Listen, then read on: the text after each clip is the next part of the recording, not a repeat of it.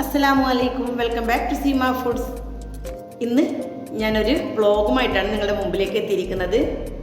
നമുക്ക് റംസാൻ മാസമൊക്കെ അടുത്തുകൊണ്ടിരിക്കുന്ന ഈ സമയത്ത് കുറച്ച് പർച്ചേസൊക്കെ നടത്താനുണ്ട്. ആ ഒരു പർച്ചേസ് വീഡിയോ പിന്നെ നോമ്പിൻ്റെ കുറച്ച് ഒരുക്കങ്ങളാണ് ഞാൻ നിങ്ങൾക്ക് ഇന്ന് ഈ വീഡിയോയിൽ കൂടി ഷെയർ ചെയ്യുന്നത്. അപ്പം നമുക്ക് നേരെ വീഡിയോയിലോട്ട് പോകാം. നമ്മൾ സാധാരണ പർച്ചേസ് ചെയ്യൽ സ്മാർട്ട് ബസാറിലാണ്. നമ്മുടെ ടൗണിൽ തന്നെയാണ് സ്മാർട്ട് ബസാർ. അപ്പോൾ അവിടെ നിന്നാണ് നമ്മളെല്ലാ സാധനങ്ങളും വാങ്ങാറ്. അപ്പോൾ അതിന് വേണ്ടി ഞങ്ങൾ ഇവിടെ സ്മാർട്ട് ബസാറിൽ എത്തിയിട്ടുണ്ട്. നമുക്ക് വേണ്ട സാധനങ്ങളിൽ ഇവിടെ നിന്ന് പർച്ചേസ് ചെയ്യാം. നമ്മുടെ സൗകര്യത്തിന് വേണ്ടി തന്നെ നമുക്കിത് എടുക്കാൻ പറ്റും. അതുകൊണ്ട് തന്നെ നമുക്ക് വളരെ ഈസി ആയിട്ട് തോന്നാറുണ്ട്. സാധനം വാങ്ങാൻ വേണ്ടി ഞാനും ഹസ്ബൻഡും മക്കളും കൂടിയാണ് വന്നിട്ടുള്ളത്. മക്കൾ അവർക്ക് വേണ്ടിയിട്ട് കുറച്ച് ബിസ്ക്കറ്റൊക്കെ എടുത്തു വച്ചിട്ടുണ്ട്. നോമ്പിൻ്റെ പർച്ചേസാണ്, എന്നാലും ഇനിയും കുറച്ച് ദിവസം ബാക്കിയുണ്ടല്ലോ. ആ സമയം കൊണ്ട് അവർ ബിസ്ക്കറ്റൊക്കെ തിന്ന് തീർക്കും. അതിന് വേണ്ടിയിട്ട് കുറച്ച് ബിസ്ക്കറ്റും ബാക്കിയുള്ള എല്ലാ ഐറ്റംസും വാങ്ങിയിട്ടുണ്ട്. സാധാരണ ഒരു പർച്ചേസ് പോലെയല്ല, നോമ്പിൻ്റെ പർച്ചേസ് ആകുമ്പോൾ നമുക്ക് എക്സ്ട്രാ കൂടുതൽ സാധനങ്ങൾ വേണ്ടി വരും. അപ്പോൾ അതൊക്കെ ഇങ്ങനെ ഒരു മാളിൽ വന്നാൽ നമുക്ക് പെട്ടെന്ന് തന്നെ സെലക്ട് ചെയ്ത് എടുക്കാനൊക്കെയുള്ള സൗകര്യമുണ്ട്. അപ്പോൾ അതുകൊണ്ട് തന്നെ ഇതുപോലെ മാളിലാകുമ്പോൾ നമുക്ക് പെട്ടെന്ന് തന്നെ പർച്ചേസ് ചെയ്ത് മടങ്ങാൻ പറ്റും. ഇതൊക്കെ ഞാൻ വാങ്ങിയിട്ട് നേരെ വീട്ടിലോട്ട് വന്നു. നമുക്കിനി ഇതൊക്കെ എടുത്ത് വെക്കണം. അപ്പോൾ അതിന് വേണ്ടിയിട്ട് നമ്മൾക്ക് ഏതൊക്കെ സാധനങ്ങളാണ് വേണ്ടത് അപ്പോൾ അങ്ങനെ നമ്മൾ മാറ്റി മാറ്റി വെച്ച് കൊടുക്കണം. ഇപ്പോൾ അരിപ്പൊടിയാണ്, ഇത് ഒരു മാസത്തേക്കുള്ള അരിപ്പൊടി വാങ്ങിയിട്ടുണ്ട്. പത്തിരി ആണെങ്കിലും നൂൽപുട്ടാണെങ്കിലും നെയ്പ്പത്തിലൊക്കെ നമുക്ക് ഈ അരിപ്പൊടി വെച്ചിട്ട് തന്നെ ഉണ്ടാക്കിയെടുക്കാൻ പറ്റും. അപ്പോൾ ഒരു പാക്കറ്റ് ഒരു ദിവസത്തേക്ക് എന്ന കണക്കിൽ ഞാൻ 30 ദിവസത്തേക്ക് വേണ്ടിയിട്ടും വാങ്ങിയിട്ടുണ്ട്. പിന്നെ കടലമാവ്, പുട്ടുപൊടി, മൈദ ഒക്കെയും നമ്മൾ വാങ്ങിയിട്ടുണ്ട്.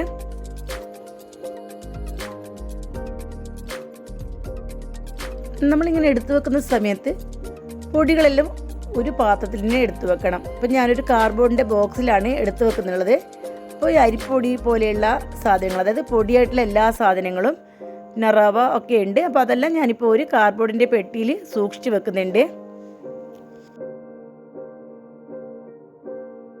എല്ലാ സാധനങ്ങളും ഒന്നിച്ചിട്ട് വെച്ചാൽ നമുക്ക് എടുക്കുന്ന സമയത്ത് നന്നായിട്ട് കൺഫ്യൂഷനാവും. അപ്പോൾ അതുകൊണ്ട് തന്നെ നമ്മൾ എടുത്ത് വെക്കുന്ന സമയത്ത് എല്ലാം വേറെ വേറെ ആക്കി വെക്കണം. പിന്നെ ഇത് ഞാനിപ്പോൾ ഓട്സ് വാങ്ങിയിട്ടുണ്ട്. ഇനി അത്താഴത്തിൻ്റെ സമയത്ത് ഓട്സ് പാലിട്ടൊക്കെ കഴിക്കാൻ വേണ്ടിയിട്ട് അങ്ങനെ ഓട്സ് വാങ്ങിയിട്ടുണ്ട്. പിന്നെ കുറച്ച് സോയാബോൾ, അത്താഴത്തിന് ഇപ്പോൾ കഞ്ഞിയൊക്കെ വേണമെന്നുണ്ടെങ്കിൽ ആ സമയത്ത് അതിന് ഫ്രൈ ചെയ്യാൻ വേണ്ടിയിട്ട് കുറച്ച് സോയാബോളും വാങ്ങിയിട്ടുണ്ട്. അത്താഴത്തിന് പൊതുവെ ഹസ്ബൻഡിന് കഞ്ഞിയാണ് വേണ്ടത്. കഞ്ഞിക്ക് അച്ചാറോ അങ്ങനെ എന്തെങ്കിലും വേണം, കറിയൊന്നും വേണ്ട.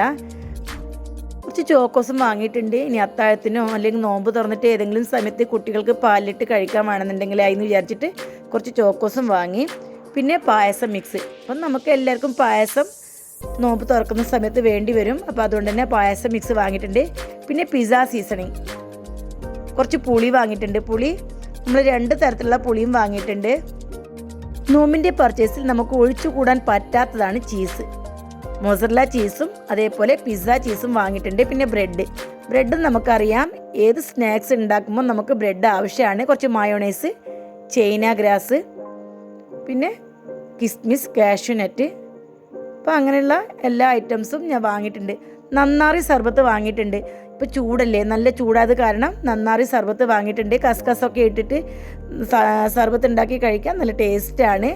പിന്നെ നമുക്ക് എന്തൊക്കെ വേണമെന്നുള്ളത് നമ്മുടെ തീരുമാനമാണ്. ഇപ്പോൾ ഓരോ ആൾക്കാർക്കും ഓരോ രീതിയിലുള്ള ഐറ്റം ആയിരിക്കും ഇഷ്ടമുള്ളത്. പിന്നെ കുറച്ച് പുളിയുടെ പേസ്റ്റ് വാങ്ങിയിട്ടുണ്ട്. പിന്നെ റൈസ്, നമുക്ക് നെയ്ച്ചോറ് ഉണ്ടാക്കണമെന്നുണ്ടെങ്കിൽ റൈസ് വേണമല്ലോ. അപ്പോൾ അതിന് ഗീ റൈസ് വാങ്ങിയിട്ടുണ്ട്. ബസ്മതി റൈസും വാങ്ങിയിട്ടുണ്ട്. പിന്നെ നമുക്ക് വേണ്ടത് ജ്യൂസൊക്കെ ഉണ്ടാക്കാൻ വേണ്ടിയിട്ട് ചോക്ലേറ്റ് സിറപ്പ് വാങ്ങിയിട്ടുണ്ട്. നെസ്കഫെ, കുറച്ച് ചോളം വാങ്ങിയിട്ടുണ്ട്. അപ്പോൾ അതൊക്കെ വേവിച്ചിട്ട് എടുത്ത് വെച്ചാൽ നമുക്ക് ഫ്രീസറിൽ സൂക്ഷിച്ചാൽ കുറേ സമയം നമുക്ക് സൂക്ഷിക്കാനൊക്കെ പറ്റും. പിന്നെ നമുക്ക് സോസുകൾ വേണം, ഓയിൽ വേണം. പിന്നെ കുറച്ച് തനിമ റൈസ് വാങ്ങിയിട്ടുണ്ട്. ബസ്മതി റൈസ് ഓൾറെഡി വാങ്ങിയിട്ട് മുമ്പേ പറഞ്ഞു. പിന്നെ കുറച്ച് കടല, വെളുത്ത കടല, എപ്പോഴെങ്കിലും കടലക്കറി വെക്കണമെന്ന് തോന്നിയാലോ എന്ന് വിചാരിച്ചിട്ട് കുറച്ച് കടല, ചുക്ക്, പിന്നെ കുറച്ച് കറി മസാല, എണ്ണ, അങ്ങനെ എല്ലാ സാധനങ്ങളും വാങ്ങിയിട്ടുണ്ട്. അപ്പോൾ ഞാൻ നൂഡിൽസും വാങ്ങിയിട്ടുണ്ടായിരുന്നു. അതിന് വേണ്ടിയിട്ട് നൂഡിൽസ് മസാല, ജെലാറ്റിൻ, അപ്പോൾ അതൊക്കെ വാങ്ങിയിട്ട് അടക്കി വെച്ചിട്ടുണ്ട്. പിന്നെ കസ്കസ്, കാരക്ക, അപ്പോൾ അത് രണ്ടും വാങ്ങിയിട്ടുണ്ട്. ഈത്തപ്പഴം ഈ സമയത്ത് വാങ്ങിയിട്ടില്ല. നോമ്പിൻ്റെ മുമ്പത്തെ ദിവസം ഇൻഷാല്ല കൊണ്ടുവരാമെന്ന് വിചാരിച്ചു. കുറച്ച് സാഗുനരി, മന്തി മസാല, അപ്പോൾ അതൊക്കെയും വാങ്ങിയിട്ട് ഇതേപോലെ ഒരു കാർഡ്ബോർഡ് ബോക്സിലാക്കി വെച്ചിട്ടുണ്ട്. പിന്നെ കുറച്ച് കറുത്ത എള്ള്, അപ്പോൾ അതും വാങ്ങിയിട്ടുണ്ട്. പിന്നെ ഏലക്കൊക്കെ നമുക്ക് തീർച്ചയായിട്ടും വേണ്ട കാര്യമാണ്. പിന്നെ കിസ്മിസിൻ്റെ പാക്കറ്റ് വാങ്ങിയിട്ടുണ്ട്. ഇനി നമുക്ക് ചിക്കനൊക്കെ കഴുകി വൃത്തിയാക്കി എടുത്ത് വെക്കണം. അപ്പോൾ പർച്ചേസിൻ്റെ സാധനങ്ങളെല്ലാം നമ്മൾ ഇതേപോലെ അടുക്കി കാർഡ്ബോർഡ് പെട്ടിയിലാക്കി വെച്ചാൽ നമുക്ക് ആവശ്യമുള്ള സമയത്ത് തിരഞ്ഞെടുക്കാൻ ഈസി ആയിരിക്കും.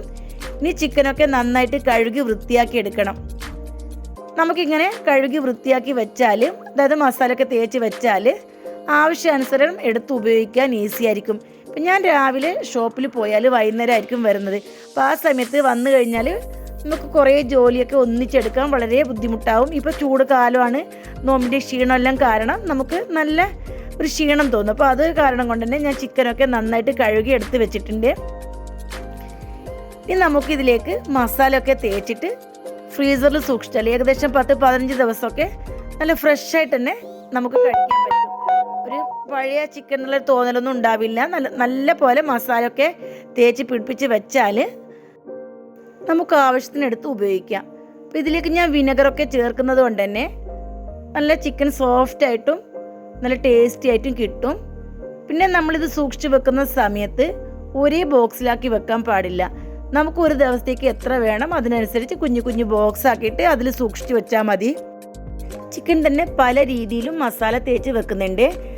കുറച്ച് വലിയ കഷ്ണങ്ങളാക്കിയിട്ടും ചെറിയ പീസാക്കിയിട്ടും ബോൺലെസ് ആക്കിയിട്ടും അങ്ങനെ പല രീതിയിലും നമ്മൾ ഇതേപോലെ സൂക്ഷിച്ച് വെച്ചാൽ നമുക്ക് ഏതിനാണ് ആവശ്യമുള്ളത്, എന്തിനാണ് ആവശ്യമുള്ളത്, അപ്പോൾ അതിനനുസരിച്ച് ഉപയോഗിക്കാം. ഒരേ മസാല തന്നെ ആയാൽ അപ്പോൾ ഒരേ തരത്തിൽ നമുക്ക് കുറച്ച് ബുദ്ധിമുട്ടായിട്ട് തോന്നും. നമുക്ക് ഫ്രൈ ചെയ്യാൻ ആവശ്യമുണ്ടാവും, കറിക്ക് ആവശ്യമുണ്ടാവും, അതേപോലെ തന്നെ സ്നാക്സ് ഉണ്ടാക്കുന്ന സമയത്തേക്ക് ആവശ്യമുണ്ടാവും. അപ്പോൾ അതിന് വേണ്ടിയിട്ടല്ല ഞാൻ പല രീതിയിലുള്ള മസാലയാണ് തേച്ച് കൊടുത്തിട്ടുള്ളത്, പല രീതിയിലുള്ള പീസാണ് ആക്കിയിട്ടുള്ളത്. അപ്പോൾ അങ്ങനെയുള്ള കുറച്ച് വ്യത്യാസമൊക്കെ ഉണ്ട്. കുറച്ച് ചിക്കൻ ഞാൻ അതേപോലെ ഫ്രൈ ചെയ്തെടുത്ത് വെക്കുന്നുണ്ട്. അപ്പോൾ നമുക്ക് സ്നാക്സൊക്കെ ഉണ്ടാകുന്ന സമയത്ത് പെട്ടെന്ന് തന്നെ ഇതിൽ നിന്ന് എടുത്ത് സ്നാക്സൊക്കെ ഉണ്ടാക്കാം. അപ്പോൾ അതിന് വേണ്ടിയിട്ടാണ് ഇങ്ങനെ ഫ്രൈ ചെയ്ത് വെച്ചിരിക്കുന്നത്. നല്ല തിരക്കുള്ള ആൾക്കാരൊക്കെ സമോസയും റോളൊക്കെ ഉണ്ടാക്കിയിട്ട് ഫ്രീസറിൽ സൂക്ഷിച്ച് വെക്കാറുണ്ട്. ഏതായാലും ഞാൻ അങ്ങനെ സൂക്ഷിച്ച് വെക്കാൻ ഉദ്ദേശിക്കുന്നില്ല. കാരണം ചിക്കനൊക്കെ നമ്മളിതേപോലെ റെഡിയാക്കി വെച്ചാൽ സമോസയും അതേപോലെ റോളൊക്കെ പെട്ടെന്ന് തന്നെ ഉണ്ടാക്കാൻ പറ്റും. അതനുസരിച്ച് ചിക്കനും മസാലയൊക്കെ ആക്കിയിട്ട് ഫ്രീസറിൽ സൂക്ഷിച്ചാൽ മതി. ഒരാഴ്ചത്തേക്കുള്ള മസാലയൊക്കെ നമുക്ക് ഫ്രീസറിൽ വെക്കുന്നതിന് പകരം ഫ്രിഡ്ജിൽ വെച്ചാൽ തന്നെ മോശമാവാണ്ടിരിക്കും. അപ്പോൾ അങ്ങനെയൊക്കെ എടുത്ത് വെച്ചാൽ നമുക്ക് ഈസി ആയിട്ട് തന്നെ നോമ്പിൻ്റെ എല്ലാ ഐറ്റംസും ഉണ്ടാക്കാനും പറ്റും. അപ്പോൾ അങ്ങനെയുള്ള കാര്യങ്ങളൊക്കെ ശ്രദ്ധിച്ചാൽ മതി. പിന്നെ കുറച്ച് ചെറിയ ചെറിയ പീസാക്കിയിട്ടും ഞാൻ എടുത്തിട്ട് ഫ്രൈ ആക്കി വെക്കുന്നുണ്ട്.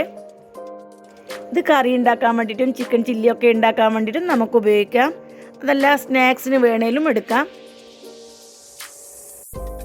സാധാരണ ജോലിക്ക് പോകുന്ന ആൾക്കാരൊക്കെയാണ് ഇങ്ങനെ സൂക്ഷിച്ച് വെക്കൽ. എല്ലാ സമയത്തും വീട്ടിലുള്ള ആൾക്കാർക്ക് ഇങ്ങനെയൊന്നും ചെയ്യേണ്ട ആവശ്യമില്ല. എന്നാലും നമുക്ക് നോമ്പൊക്കെ നോക്കി തുറക്കുന്നൊരു സമയമുണ്ടല്ലോ, ഭയങ്കര ക്ഷീണമായിരിക്കും. ഇപ്പം നല്ല ചൂടുമാണ്. അപ്പോൾ അതുകൊണ്ട് തന്നെ ഈ ഒരു സമയത്ത് നമ്മൾ ഇതേപോലെ സൂക്ഷിച്ച് ഉണ്ടാക്കി വെച്ചാൽ നമുക്ക് നല്ല ഹെൽപ്പായിരിക്കും. അപ്പം പല ആൾക്കാർക്കും പല രീതിയാണ്. ചില ആൾക്കാർക്ക് ഫ്രഷ് തന്നെ ഉപയോഗിക്കേണ്ടി വരും. അപ്പോൾ അങ്ങനെയുള്ള ആൾക്കാർക്ക് ഇങ്ങനെ ആക്കി വെക്കണമെന്നൊന്നുമില്ല. നല്ല തിരക്കും ബുദ്ധിമുട്ടുള്ള ആൾക്കാർക്കാണ് ഞാനിങ്ങനെ കാണിച്ചു തരുന്നത്. ഇനി നമുക്കിതൊക്കെ ചൂടാറിയതിന് ശേഷം നല്ല എയർ ടൈറ്റുള്ള കണ്ടെയ്നറിൽ സൂക്ഷിച്ചാൽ ആവശ്യമനുസരിച്ച് എടുത്താൽ മതി. ഇതൊക്കെ നമുക്ക് സ്നാക്സ് ഉണ്ടാക്കുന്ന സമയത്ത് സമോസ ഉണ്ടാക്കാനോ കട്ട്ലറ്റ് ഉണ്ടാക്കാനോ ഒക്കെ ഉപയോഗിക്കാം. വളരെ ഈസി ആയിട്ട് തന്നെ നമുക്ക് ഉപയോഗിക്കാൻ പറ്റും.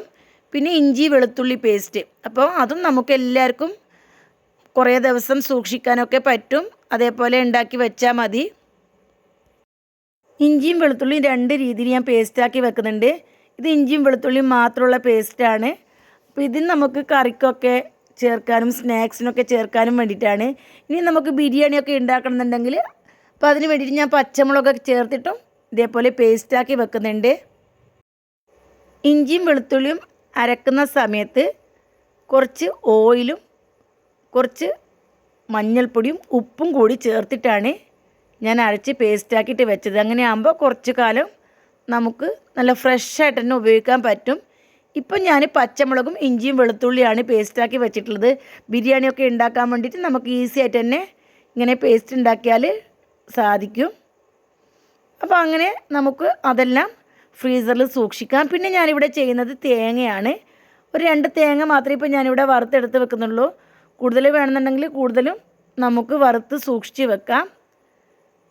തേങ്ങ മീഡിയം തീയിലിട്ടിട്ട് ഇതിലേക്ക് പെരുംജീരകം, ചെറിയ ജീരകം, കറാമ്പൂ, അതായത് ഗ്രാമ്പൂ, പിന്നെ പെപ്പർ ഇതും കൂടി ഇട്ടതിന് ശേഷം മീഡിയം തീയിലിട്ടിട്ട് നല്ല ഗോൾഡ് കളർ ആവുന്നത് വരെ നമുക്ക് വഴറ്റിയെടുക്കാം. അപ്പോൾ അങ്ങനെയാകുമ്പോൾ ഒരു ബാഡ് സ്മെല്ലൊന്നും ഇല്ലാണ്ട് നല്ല ഫ്രഷായിട്ട് തന്നെ നമുക്ക് ഉപയോഗിക്കാൻ പറ്റും.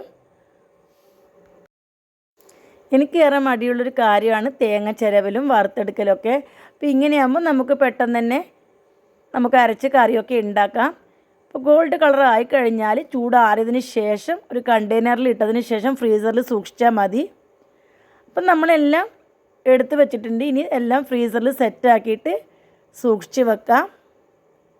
നമ്മൾ ഏത് സാധനം ഫ്രീസറിൽ സൂക്ഷിക്കുന്നാലും ചൂടോട് കൂടി സൂക്ഷിക്കാൻ പാടില്ല. അപ്പോൾ ആ കാര്യം പ്രത്യേകം ശ്രദ്ധിക്കണം. പിന്നെ കുറച്ച് ബീഫ് ഞാൻ കുരുമുളകും മഞ്ഞൾപ്പൊടിയും ഉപ്പും കൂടി ചേർത്തിട്ട് നന്നായിട്ട് വേവിച്ച് വെച്ചിട്ടുണ്ട്. പിന്നെ ഇത് കുറച്ച് മട്ടനാണ്. മട്ടനും വാങ്ങിയിട്ട് നന്നായിട്ട് കഴുകി ഇതേപോലെ കുരുമുളകും മഞ്ഞൾപ്പൊടിയും ഉപ്പും കൂടി ചേർത്ത് വേവിച്ച് വെക്കണം. ഇതുപോലെ തന്നെ നമുക്ക് മട്ടനും നന്നായിട്ട് വേവിച്ച് സൂക്ഷിച്ച് വെക്കാം. ഇനിയിപ്പോൾ ഏതായാലും നന്നായിട്ട് തണുത്തതിന് ശേഷം മാത്രം ഫ്രീസറിലേക്ക് മാറ്റണം. അല്ലാന്നുണ്ടെങ്കിൽ നമുക്ക് ആ ഒരു നല്ല ഫ്രഷ് ടേസ്റ്റ് കിട്ടില്ല. ഇത്രയൊക്കെയാണ് എൻ്റെ റംസാൻ സ്പെഷ്യലായിട്ടുള്ള ഷോപ്പിങ്ങും അതേപോലെ ഒരുക്കങ്ങളും. അപ്പോൾ ഇതൊക്കെ നിങ്ങൾക്ക് ഇഷ്ടപ്പെട്ട് കാണുമെന്ന് വിചാരിക്കുന്നു. തീർച്ചയായിട്ടും നിങ്ങൾ ഈ വീഡിയോ മാക്സിമം കാണണം. കണ്ടതിന് ശേഷം ഷെയർ ചെയ്ത് സപ്പോർട്ട് ചെയ്യണം. അപ്പം ഈ വീഡിയോ നിങ്ങൾക്ക് എല്ലാവർക്കും ഇഷ്ടപ്പെട്ട് കാണുമെന്ന് വിചാരിക്കുന്നു. തീർച്ചയായിട്ടും നിങ്ങളെല്ലാവരും വീഡിയോ ഒന്ന് മാക്സിമം ഷെയർ ചെയ്ത് തന്നെ സപ്പോർട്ട് ചെയ്യണം. ഇനിയും നല്ല നല്ല വീഡിയോസുമായിട്ട് വീണ്ടും വരാം. Bye bye.